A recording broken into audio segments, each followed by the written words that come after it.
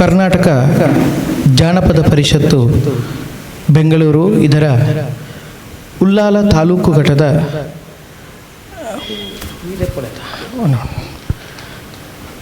ಕರ್ನಾಟಕ ಜಾನಪದ ಪರಿಷತ್ತು ಬೆಂಗಳೂರು ಇದರ ಉಳ್ಳಾಲ ತಾಲೂಕು ಘಟಕದ ನೂತನ ಪದಾಧಿಕಾರಿಗಳ ಪದಗ್ರಹಣ ಕಾರ್ಯಕ್ರಮವು ವಿಶೇಷವಾಗಿ ಜಾನಪದ ಸಮೂಹ ಗೀತಗಾಯನ ಸ್ಪರ್ಧೆಯ ಜೊತೆಗೆ ಇದೇ ಬರುವಂತಹ ಜುಲೈ 12 ತಾರೀಕು ಆದಿತ್ಯವಾರ ನಡೆಯಲಿದ್ದು ಈ ವಿಚಾರದ ಬಗ್ಗೆ ಜಾನಪದ ಪರಿಷತ್ತಿನ ಪದಾಧಿಕಾರಿಗಳಾದಂತಹ ನಾವು ಪತ್ರಿಕಾಗೋಷ್ಠಿಯಲ್ಲಿ ಈ ವಿಚಾರದ ಬಗ್ಗೆ ತಿಳಿಯಪಡಿಸಲಿದ್ದೇವೆ. ಮೊದಲಾಗಿ ಇಂದಿನ ಈ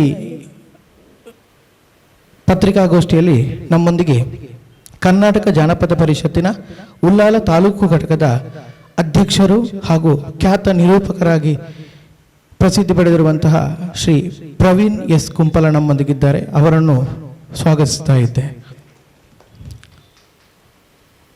ಅದರೊಂದಿಗೆ ನಮ್ಮೊಂದಿಗೆ ಸಾಂಸ್ಕೃತಿಕ ಕಾರ್ಯದರ್ಶಿಯಾಗಿ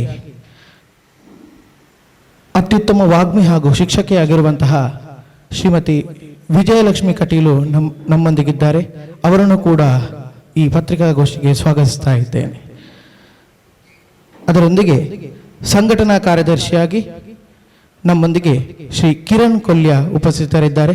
ಅವರನ್ನು ಕೂಡ ನಾವು ಸ್ವಾಗತಿಸ್ತಾ ಇದ್ದೇನೆ.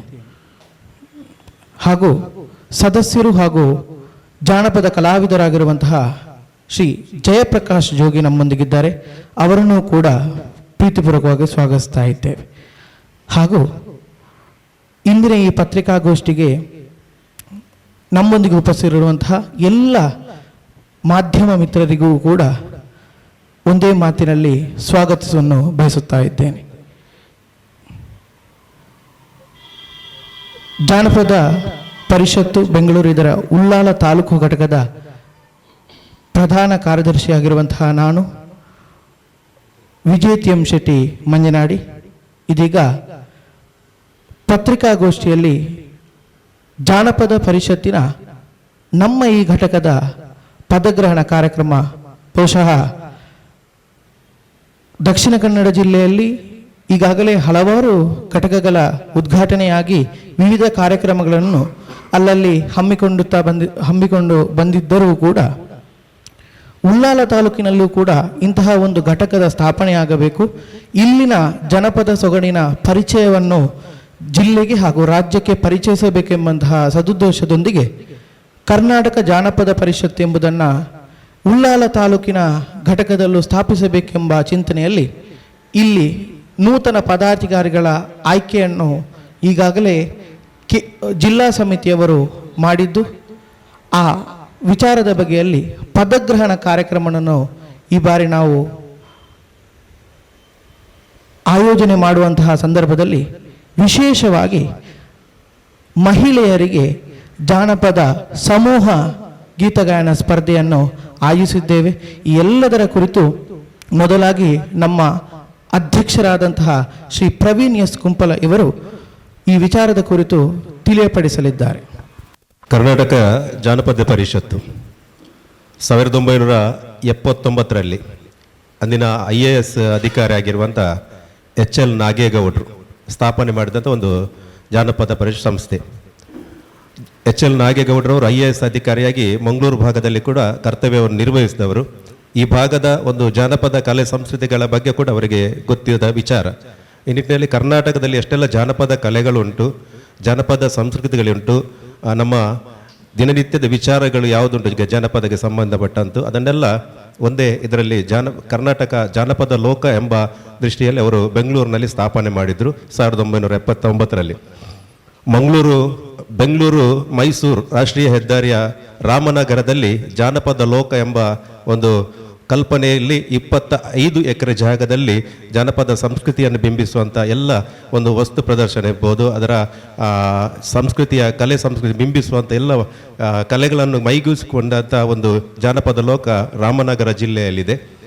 ಈ ಒಂದು ಬೆಂಗಳೂರಿನಲ್ಲಿ ಸ್ಥಾಪನೆಗೊಂಡಂಥ ನಮ್ಮ ಜಾನಪದ ಪರಿಷತ್ತು ಪ್ರತಿ ಜಿಲ್ಲೆಗೂ ಕೂಡ ತಲುಪಬೇಕೆಂಬ ನಿಟ್ಟಿನಲ್ಲಿ ಬೇರೆ ಬೇರೆ ಕರ್ನಾಟಕದ ಎಲ್ಲ ಜಿಲ್ಲೆಗಳಲ್ಲಿ ಕೂಡ ಜಾನಪದ ಪರಿಷತ್ತು ಜಿಲ್ಲಾ ಘಟಕಗಳಿದೆ. ನಮ್ಮ ಮಂಗಳೂರು ದಕ್ಷಿಣ ಕನ್ನಡ ಜಿಲ್ಲೆಯಲ್ಲಿ ಕೂಡ ಸರಿಸುಮಾರು 32 ಜಾನಪದ ಕಲೆಗಳ ಆಗರ ಆಗಿದೆ.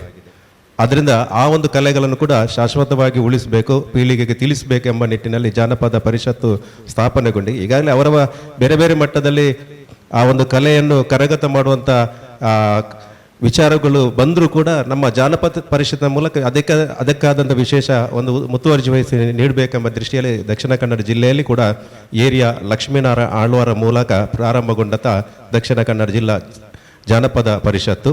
ಆ ಬಳಿಕ ಡಾಕ್ಟರ್ ಎಂ ಮೋಹನ್ ಆಳ್ವ ಮೂಡಬಿದ್ರೆ ಅವರು ಅಧ್ಯಕ್ಷರಾಗಿದ್ದುಕೊಂಡು ಆ ಒಂದು ಜಿಲ್ಲೆಯನ್ನು ಸಂಘಟನಾತ್ಮಕವಾಗಿ ಮುಂದುವರಿಸಿ ಬಂದಿದ್ದಾರೆ. ಇದೀಗ ಎಲ್ಲ ತಾಲೂಕುಗಳಲ್ಲಿ ಕೂಡ ಈ ಒಂದು ಜಾನಪದ ಪರಿಷತ್ತು ಘಟಕಗಳನ್ನು ಸ್ಥಾಪನೆ ಮಾಡಬೇಕೆಂಬ ರಾಜ್ಯದ ಆದೇಶದಂತೆ ದಕ್ಷಿಣ ಕನ್ನಡ ಜಿಲ್ಲಾ ಘಟಕವು ನಮ್ಮ ದಕ್ಷಿಣ ಕನ್ನಡ ಜಿಲ್ಲೆಯಲ್ಲೂ ಕೂಡ ಸುಳ್ಯ ಇರ್ಬೋದು, ಬೆಳ್ತಂಗಡಿ ಇರ್ಬೋದು, ಬಂಟ್ವಾಳ ಇರ್ಬೋದು, ಮೂಡಬಿದ್ರೆ, ಹಾಗೆ ನಮ್ಮ ಉಳ್ಳಾಲ, ಮಂಗಳೂರು ಎಲ್ಲ ಕಡೆ ಕೂಡ ತಾಲೂಕು ಘಟಕಗಳ ಕೂಡ ಇದು ರಚನೆ ಆಗಿದೆ. ನಮ್ಮ ಉಳ್ಳಾಲ ತಾಲೂಕು ಘಟಕದ ರಚನೆ ಕೂಡ ಆಗಿದೆ. ಇದಕ್ಕೂ ಕೂಡ ನಾವು ಬೇರೆ ಬೇರೆ ನಮ್ಮ ಜನಪದೀಯವಾಗಿ ಸಮಾಜದಲ್ಲಿ ಕೆಲಸ ಮಾಡ್ತಿರುವಂಥ ಎಲ್ಲರನ್ನು ಕೂಡ ಒಂದು ಭೇಟಿ ಮಾಡಿ ಅವರನ್ನು ಕೂಡ ಈ ಒಂದು ಸೇರಿಸುವಂಥ ಕೆಲಸ ಮಾಡಿದ್ದೇವೆ. ಮುಂದಿನ ದಿನ ಕೂಡ ಅದಕ್ಕೆ ಜೋಡಣೆ ಮಾಡುವಂಥ ಕೆಲಸ ಮಾಡಿದ್ದೇವೆ. ಈ ನಿಟ್ಟಿನಲ್ಲಿ ಅದಕ್ಕೆ ಪೂರಕವಾಗಿ ಒಂದು ಕಾರ್ಯಕ್ರಮಕ್ಕೆ ಒಂದು ಅರ್ಥ ಬರಬೇಕೆಂಬ ನಿಟ್ಟಿನಲ್ಲಿ ನಾವು ಜಾನಪದ ಪರಿಷತ್ತಿನ ಪದಗ್ರಹವನ್ನು ಕೇವಲ ನಾವು ಸದಸ್ಯರಿಗೆ ಮಾತ್ರ ಸೀಮಿತವಾಗಿರಿಸದೆ ನಮ್ಮ ಜಿಲ್ಲೆಯಲ್ಲಿ ಆ ಒಂದು ಹೊಸತನದ ಮಾದರಿ ಆಗಬೇಕೆಂಬ ನಿಟ್ಟಿನಲ್ಲಿ ಜಾನಪದ ಸಮೂಹ ಗಾಯನ ಸ್ಪರ್ಧೆ ವಿಶೇಷವಾಗಿ ಅದು ಮಹಿಳೆಯರಿಗಾಗಿ ಹಮ್ಮಿಕೊಂಡಿದ್ದೇವೆ. ಯಾಕೆಂದರೆ ಮಹಿಳೆಯರಿಗಾಗಿ ನಾವು ಹಮ್ಮಿಕೊಂಡಿದ್ದೇವೆ. ಯಾಕೆಂದರೆ ಮಹಿಳೆಯರು ಕಲಿತರೆ ಜಾನಪದ ಹಾಡುಗಳನ್ನಿರ್ಬೋದು, ಜಾನಪದ ಅದರ ಸಂಸ್ಕೃತಿ ಇರ್ಬೋದು, ಅದು ಮಕ್ಕಳಿಗೆ ನೇರವಾಗಿ ಹೋಗ್ತದೆ. ಅದರಿಂದ ತೊಟ್ಟಿಲು ತೂಗುವ ಮಕ್ಕಳಿಗೆ ಕೂಡ ಜಾನಪದ ಹಾಡಿನ ಮೂಲಕ ತೊಟ್ಟಿಲು ತೂಗುವಂಥ ಒಂದು ಸಂಪ್ರದಾಯ ಪರಿಪಾಠ ಬೆಳಬೇಕೆಂಬ ನಿಟ್ಟಿನಲ್ಲಿ ಈ ಒಂದು ಕಾರ್ಯಕ್ರಮವನ್ನು ಮಹಿಳೆಯರಿಗಾಗಿ 18 ವರ್ಷದ ಮೇಲ್ಪಟ್ಟ ಒಂದು ಮಹಿಳೆಯರಿಗಾಗಿ ಆಯೋಜನೆ ಮಾಡಿದ್ದೇವೆ. ಈ ಕಾರ್ಯಕ್ರಮ ನಾಡಿದ್ದು ಜುಲೈ 12ನೇ ತಾರೀಕಿನಂದು ಕೊಲ್ಯದ ಸೌಭಾಗ್ಯ ಸಭಾಭವನದ ಮುಂಭಾಗದಲ್ಲಿರುವಂಥ ಶಾರದಾ ಮಂದಿರದ ಸಭಾಂಗಣದಲ್ಲಿ ನಡೆಯಲಿಕ್ಕಿದೆ. ಈ ಒಂದು ಸಭಾಂಗಣದಲ್ಲಿ ನಡೆಯುವಂಥ ಈಗಾಗಲೇ ನಾವು ಈ ಒಂದು ನಿಗದಿಪಡಿಸಿದಂತೆ ಈ ಕಾರ್ಯಕ್ರಮವನ್ನು ಆಯೋಜಿಸಬೇಕೆಂಬ ನಿಗದಿಪಡಿಸಿದ ತರುವಾಯ 4 ದಿನದಲ್ಲಿ ಸರಿಸುಮಾರು ಜಿಲ್ಲೆಯಾದ್ಯಂತ 20 ತಂಡಗಳು 4 ದಿನದಲ್ಲಿ ನೋಂದಣಿ ಮಾಡಿಕೊಂಡಿವೆ. ಈಗಲೂ ಕೂಡ ತಂಡಗಳು ನಾವು ಬರ್ತೇವೆ ಅಂತ ಹೇಳಿದ್ರು ಕೂಡ ನಮಗೆ ಸಮಯದ ಅಭಾವ ಇರೋದ್ರಿಂದ ನಾವು 20 ಒಳಗೆ ತಂಡಗಳನ್ನು ನಾವು ಈಗಾಗಲೇ ಅಧಿಕೃತವಾಗಿ ನೋಂದಣಿ ಮಾಡಿದ್ದೇವೆ. ಇದರಲ್ಲಿ 4 ಮಹಿಳೆಯರಿದ್ದಾರೆ. ಅದರ ಜೊತೆಯಲ್ಲಿ ಒಬ್ಬರು ಟಮ್ಕಿ, ಏಕೆಂದರೆ ಹಿನ್ನೆಲೆ ಗಾಯನಕ್ಕೆ ತಮ್ಕಿಯನ್ನು ಬಳಸಿ ಒಂದು ಮೂಲ ಜಾನಪದ ಒಂದು ಸಂಗೀತವನ್ನು ಅನಾವರಣಗೊಳಿಸುವಂಥ ಕಾರ್ಯಕ್ರಮವನ್ನು ಜಾನಪದ ಗಾಯನ ಸ್ಪರ್ಧೆ ಪದಪಂಕ 2026 ಕಾರ್ಯಕ್ರಮ ಜುಲೈ 12ರಂದು. ಈ ಕಾರ್ಯಕ್ರಮದಲ್ಲ ಅದರ ಉದ್ಘಾಟನೆ ಆಶೀರ್ವಚನ ನೀಡಲಿಕ್ಕೆ ಒಡಿಯೂರು ಕ್ಷೇತ್ರದ ಸ್ವಾತಿ ಮಾತಾನಂದಮಯ್ಯವರು ಆಗಮಿಸಲಿಕ್ಕೆ. ಯಾಕೆಂದರೆ ಒಡಿಯೂರು ಕ್ಷೇತ್ರದಲ್ಲಿ ತುಳು ಜಾನಪದ ಕಲೆಗೆ ಒಂದು ವಿಶೇಷವಾದ ಒಂದು ಪ್ರಾಶಸ್ತ್ಯ ಕೊಡುವಂಥ ಒಂದು ಕ್ಷೇತ್ರ. ಅದರಿಂದ ಆ ಒಂದು ಕ್ಷೇತ್ರದಲ್ಲಿ ಜನಪದ ಕಲೆಯ ಒಂದು ಸಂಭ್ರಮಯ ಪ್ರತಿ ವರ್ಷ ನಡೆಯುತ್ತದೆ. ಅದನ್ನು ಆ ಕ್ಷೇತ್ರದ ಸಾಧ್ವಿ ಮಾತಾನಂದಮಯ್ಯವರು ಆಗಮಿಸಲಿಕ್ಕಿದ್ರೆ ಜೊತೆಯಲ್ಲಿ ಈ ಭಾಗದ ಬೇರೆ ಬೇರೆ ಕ್ಷೇತ್ರದಲ್ಲಿ, ಯಾಕಂದರೆ ಜಾನಪದ ಕಲೆಗಳನ್ನು ಪ್ರೋತ್ಸಾಹಿಸಬೇಕಾದ್ರೆ ಈ ಭಾಗದ ಒಂದು ನಾಯಕರುಗಳ ಸಹಕಾರ ಕೂಡ ಬೇಕಾಗ್ತದೆ. BJP ದಕ್ಷಿಣ ಕನ್ನಡ ಜಿಲ್ಲಾಧ್ಯಕ್ಷರಾದ ಸತೀಶ್ ಕುಂಬಲ್ರವರು, ಹಾಗೆ ನಮ್ಮ ದಕ್ಷಿಣ ಕನ್ನಡ ಜಿಲ್ಲಾ ರಾಜ್ಯೋತ್ಸವ ಪ್ರಶಸ್ತಿ ಪುರಸ್ಕೃತರಾದಂಥ ಸಮಾಜ ಸೇವಕ ಪ್ರವೀಣ್ ಶೆಟ್ಟಿ ಬಿಲಾರ್ ಮೇಗಿನ ಮನೆಯವರು, ಹಾಗೆ ಸಹಕಾರಿ ಧುರೀಣರಾದಂಥ ನಮ್ಮ ಸಹ್ಯಾದ್ರಿ ಕೋಆಪರೇಟಿವ್ ಸೊಸೈಟಿ ಅಧ್ಯಕ್ಷರಾಗಿರುವ KT ಸುವರ್ಣರವರು, ಚಿರುಂಬ ಭಗವತಿ ಕ್ಷೇತ್ರದ ಆಡಳಿತ ಮುಕ್ತೇಸರಾಗಿರುವಂಥ ಸುರೇಶ್ ಭಟ್ನಗರ್ ಅವರು, ಹಾಗೆ ಮೂಕಾಂಬಿಕಾ ಕ್ಷೇತ್ರ ಇದರ ಅಧ್ಯಕ್ಷರಾಗಿರುವಂಥ ಚಂದ್ರಾಸ್ ಪಂಡಿತಾಸ್ರ ಅವರು, ಕಬಡ್ಡಿ ಕ್ರೀಡೆಯಲ್ಲಿ ಸಂಘಟಕ ಆಗಿರುವಂಥ ಶ್ರೀಕಾಂತ್ ಉಳ್ಳಾಲ್, ಹಾಗೆ ನಮ್ಮ ಉದ್ಯಮಿ ಆದಂಥ ಪ್ರಕಾಶ್ ಅನ್ವಿತ್, ಜೊತೆಯಲ್ಲಿ ನಮ್ಮ ದಕ್ಷಿಣ ಕನ್ನಡ ಜಿಲ್ಲಾ ಜಾನಪದ ಪರಿಷತ್ನ ಅಧ್ಯಕ್ಷರಾದಂಥ ಪಂಬಿ ಕೊಡಿಯಾಲ್ ಬೈಲ್, ಪ್ರವೀಣ್ ಕೊಡಿಯಾಲ್ ಬೈಲ್ರವರು ಕೂಡ ಆಗಮಿಸಲಿಕ್ಕಿದ್ದಾರೆ.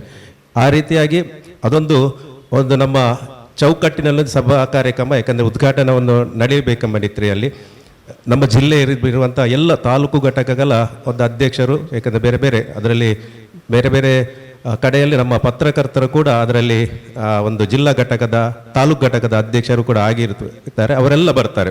ಜಿಲ್ಲಾ ಘಟಕದ ಎಲ್ಲ ಕಡೆಯಿಂದ, ತಾಲೂಕು ಘಟಕದ ಎಲ್ಲ ಕೂಡ ಬರ್ತಾರೆ. ಹಾಗೆ ಊರಿನ ಎಲ್ಲ ವಿವಿಧ ಕ್ಷೇತ್ರದ ಗಣ್ಯರು ಕೂಡ ಈ ಕಾರ್ಯಕ್ರಮದಲ್ಲಿ ಆಗಮಿಸಲಿಕ್ಕಿದ್ದಾರೆ. ವಿಜೇತರಿಗೆ ನಾವು ನಗದು ಮತ್ತು ಆಕರ್ಷಕ ಫಲಕ, ಹಾಗೆ ಭಾಗವಹಿಸಿದಂಥ ಎಲ್ಲರಿಗೂ ಕೂಡ ನಾವು ಪ್ರಮಾಣ ಪತ್ರದೊಂದಿಗೆ ಅವರನ್ನು ಸ್ಮರಣಿಕೆ ನೀಡಿ ಗೌರವಿಸಲಿಕ್ಕಿದ್ದೇವೆ. ಈ ರೀತಿಯಾಗಿ ಸಮವಸ್ತ್ರದೊಂದಿಗೆ ಬಹಳ ವೈವಿಧ್ಯಪೂರ್ಣ ಕರ್ನಾಟಕ ಜನಪದ ಹಾಡಿನ ಒಂದು ಕಾರ್ಯಕ್ರಮವನ್ನು ಈ ಒಂದು ಕಾರ್ಯಕ್ರಮ ಪ್ರಪ್ರಥಮ ಬಾರಿಗೆ ಹಮ್ಮಿಕೊಂಡಿದ್ದೇವೆ. ಈ ನಿಟ್ಟಿನಲ್ಲಿ ನಮ್ಮ ಪತ್ರಿಕಾ ಮಾಧ್ಯಮದ ಎಲ್ಲ ಬಂಧುಗಳು ಕೂಡ ಪೂರ್ಣ ರೀತಿಯ ಸಹಕಾರ ನೀಡಬೇಕಾಗಿ ವಿನಂತಿ. ಎಲ್ರಿಗೂ ನಮಸ್ಕಾರ. ಈಗಾಗಲೇ ನಿಗದಿಯಾದಂತೆ ಬರುವ ಭಾನುವಾರ ಅಂದರೆ ಜುಲೈ 12 ತಾರೀಕಿಗೆ ಮಹಿಳೆಯರಿಗಾಗಿ ವಿಶೇಷವಾಗಿ ಆ ದಿವಸ ಉಳ್ಳಾಲದ ಪ್ರಥಮ ಒಂದು ಜನಪದ ಪರಿಷತ್ತಿನ ಪದಗ್ರಹಣ. ಅಲ್ಲಿ ಪದಗ್ರಹಣವನ್ನು ಸರಳವಾಗಿ ಆಚರಿಸಿಕೊಂಡು ಕ್ರಮ ಪ್ರಕಾರ ಮಾಡಿಕೊಂಡು ನಂತರ ಪದಪನ್ಕ, ಬಹಳ ಒಂದು ಸುಂದರವಾದ ಹೆಸರು, ತುಳುನಾಡಿನ ಆ ಶಬ್ದವನ್ನು ಸೇರಿಸಿಕೊಂಡು ನಾವು ಪದಪನ್ಕ ಅಂದರೆ ಆ ಹೆಸರನ್ನು ಹೇಳಿದ ಕೂಡಲೇ ಕೆಲವು ತುಳು ಗೊತ್ತಿಲ್ಲದವರು ಹಾಗಂದರೆ ಏನು ಅಂತ ಕೇಳ್ತಾರೆ. ಆಗ ನಮ್ಮ ಒಂದೆರಡು ಪದಗಳನ್ನು ನಾವು ಪರಿಚಯಿಸಿಕೊಟ್ಟಾಗೆ ಕೂಡ ಆಗ್ತದೆ. ಭಾಳ ಒಂದು ಸುಂದರವಾದ ಒಂದು ಪದಪನ್ಕ ಎನ್ನುವ ಶೀರ್ಷಿಕೆ ಅಡಿಯಲ್ಲಿ ಮಹಿಳೆಯರಿಗಾಗಿ ಒಂದು ಪ್ರಶ್ನೆ ಬಂತು ನಮಗೆ, ಯಾಕೆ ಕೇವಲ ಮಹಿಳೆಯರಿಗಾಗಿ ಅಂತ. ಇದು ಆರಂಭ ಅಷ್ಟೇ, ಖಂಡಿತವಾಗಿ ಇದು ಆರಂಭ. ಮಹಿಳೆಯರಿಗೆ ಮೊದಲು ಇದರ ಪ್ರಚಾರ ಆಗಲಿ. ಮತ್ತು ಮೂಲ ಜನಪದ ಇನ್ನೂ ಕೆಲವರಿಗೆ ನಾವು ಯಾವಾಗ ಈ ಒಂದು ಸ್ಪರ್ಧೆಯನ್ನು ಆಯೋಜನೆ ಮಾಡಿದೆವೋ ಆಗಲೇ ಕೆಲವು ಪ್ರಶ್ನೆಗಳು ಬಂತು ನಮಗೆ, ಇದು ಜನಪದ ಹಾಡ, ಇದು ಜನಪದ ಹಾಡ ಅಂತ. ಯಾಕಂದರೆ ಇನ್ನೂ ಕೂಡ ಒಂದು ಮಾತಿದೆ, ಕುರಿತೋದದೆಯಂ ಕಾವ್ಯ ಪ್ರಯೋಗ ಪರಿಣತ ಮತಿಗಳ್ ಅಂತ ನೃಪತುಂಗ ಹೇಳ್ತಾನೆ. ಹಳ್ಳಿಯ ಜನರು ಯಾವ ಅಕ್ಷರ ಜ್ಞಾನ ಇಲ್ಲದಿದ್ದರೂ ಕೂಡ, ಯಾವ ವಿದ್ಯಾಭ್ಯಾಸವನ್ನು ಪಡೆಯದಿದ್ದರೂ ಕೂಡ ಅವರು ಕಾವ್ಯ ಪ್ರಯೋಗ ಪರಿಣತ ಮತಿಗಳಾಗಿದ್ದರು. ಅವರು ಕಾವ್ಯವನ್ನು ಚೆನ್ನಾಗಿ ಕಟ್ತಾ ಇದ್ರು. ಅದನ್ನು ಯಾವುದೇ ಕಾರಣಕ್ಕೆ ಬದಲಾವಣೆ ಮಾಡುವ ಹಕ್ಕು ನಮಗಿಲ್ಲ. ಈ ಹೊಸತನದ ಒಂದು ಕಾಲಘಟ್ಟದಲ್ಲಿ ಜನರು ಹಿಂದಿನ ಆ ಮೂಲ ಹಾಡುಗಳನ್ನು ಬದಲಾಯಿಸ್ತಾ ಇದ್ದಾರೆ. ಇದು ಆಗಬಾರ್ದು ಎನ್ನುವ ನಿಟ್ಟಿನಲ್ಲಿ ನಾವು ಜನಪದವೇ, ಮೂಲ ಜನಪದವೇ ಹಾಡು ಆಗಬೇಕು ಅಂತ ಹೇಳ್ತಾ ಆ ಸ್ಪರ್ಧೆಯನ್ನು ಇಟ್ಟಿದ್ದೇವೆ. ಮೊದಲು ಹಾಡಿನ ಮೂಲಕ, ಅಥವಾ ಇನ್ನಷ್ಟು ಜನಪದ ಕ್ಷೇತ್ರದಲ್ಲಿ ಇನ್ನಷ್ಟು ವಿಚಾರಗಳಿದೆ, ಮೊದಲು ನಾವು ಹಾಡನ್ನು ಆಯ್ಕೆ ಮಾಡಿಕೊಂಡು ಆ ನಿಟ್ಟಿನಲ್ಲಿ ಈ ಸ್ಪರ್ಧೆಯನ್ನು ಆಯೋಜಿಸಿದ್ದೇವೆ. ಹಾಗೆ ನಮಗೆ ಕೆಲವು ಪ್ರಶ್ನೆಗಳು ಬಂತು. ಒಬ್ಬರು ಬರೆದ ಹಾಡು ಅದು ಜನಪದ ಶೈಲಿ ಇರಬಹುದು, ಆದರೆ ಅದು ಜನಪದ ಹಾಡಲ್ಲ. ಹಾಗೆ ಆ ಗೊಂದಲವನ್ನು ನಿವಾರಣೆ ಮಾಡಬೇಕು. ಮತ್ತು ಸ್ವಲ್ಪ ನಿಜವಾದ ಜನಪದ ಹಾಡು ಅಂದರೆ ಯಾವುದು, ಜಾನಪದ ಸಾಹಿತ್ಯ ಅಂದರೆ ಯಾವುದು ಅಂತ ಜನರಿಗೆ ಗೊತ್ತಾಗಬೇಕು ಎನ್ನುವ ನಿಟ್ಟಿನಲ್ಲಿ ನಾವೀಗ ಈ ಮೊದಲ ಹೆಜ್ಜೆಯನ್ನು ಇಟ್ಟಿದ್ದೇವೆ. ಮುಂದೆ ಜನಪದ ವಿಚಾರಗಳಲ್ಲಿ ನಮಗೆ ಕಲೆಗಾರಿಕೆ ಇದೆ, ಗುಡಿ ಕೈಗಾರಿಕೆ ಇದೆ, ನಾಟ್ಯ ಇದೆ, ಅಥವಾ ಹಿನ್ನೆಲೆ ವಾದನಗಳು, ಇದೆಲ್ಲ ಹೊಸ ಹೊಸ ವಿಚಾರಗಳನ್ನು ಜನರಿಗೆ ಪರಿಚಯಿಸಬೇಕು. ಮತ್ತೆ ಕಾಲದ ಗರ್ಭದಲ್ಲಿ ಕೆಲವಷ್ಟು ಜನಪದ ಕಲೆಗಳು ಮುಳುಗಿ ಹೋಗಿದೆ, ಅದಕ್ಕೆ ಮರುಜೀವ ಕೊಡಬೇಕು. ಅಂತಹ ಜನಪದ ವಿಚಾರಗಳು ಮತ್ತೆ ಬೆಳಕಿಗೆ ಬರಬೇಕು ಎನ್ನುವ ನಿಟ್ಟಿನಲ್ಲಿ ನಾವು ಒಂದು ಉತ್ತಮವಾದ ಒಂದು ತಂಡವನ್ನು ಆಯೋಜಿಸಿಕೊಂಡು ಪ್ರವೀಣ್ ಕುಂಪಲರವರ ಸಾರಥ್ಯದಲ್ಲಿ ಇದನ್ನು ಆರಂಭಿಸ್ತಾ ಇದ್ದೇವೆ. ನಮಗೆ ಇದಕ್ಕೆ ಎಲ್ಲರ ಸಲಹೆಗಳು ಬೇಕು, ಹಾಗೆ ಸಹಕಾರ ಬೇಕು. ನಮಗೆ ಈ ನಿಟ್ಟಿನಲ್ಲಿ ಮುಂದುವರಿಲಿಕ್ಕೆ ಒಂದು ಅವಕಾಶ ಪರಿಷತ್ ನಮಗೆ ಮಾಡಿಕೊಟ್ಟಿದೆ.